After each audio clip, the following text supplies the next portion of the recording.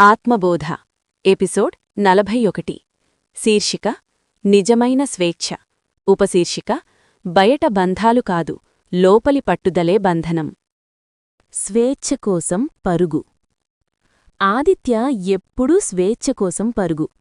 ఈ పని పూర్తయితే, ఈ బాధ్యత తీరితే, ఈ సంబంధం మారితే అప్పుడు స్వేచ్ఛ వస్తుందనుకున్నాడు. కనిపించని గొలుసులు. అన్నీ సాధించినా మనసు మాత్రం బంధితమే.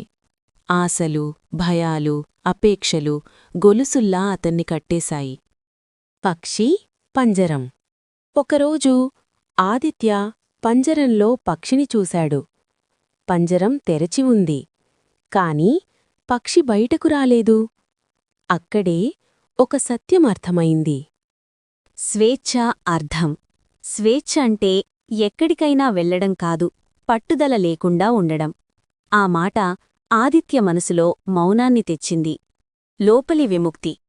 ఆ రోజునించి ఆదిత్య జీవించాడు బాధ్యతలతో, కాని బాధ్యతలకు బానిస కాకుండా. మనసు తేలికైంది. ఆత్మబోధ. లోపల స్వేచ్ఛ ఉన్నవాడికి బయట ఏ స్థితి బంధం కాదు. ముగింపు సందేశం. నిజమైన స్వేచ్ఛ నీవు ఏమీ పట్టుకోనప్పుడు మొదలవుతుంది. Friends, please subscribe, like, share and comment మన ఛానల్.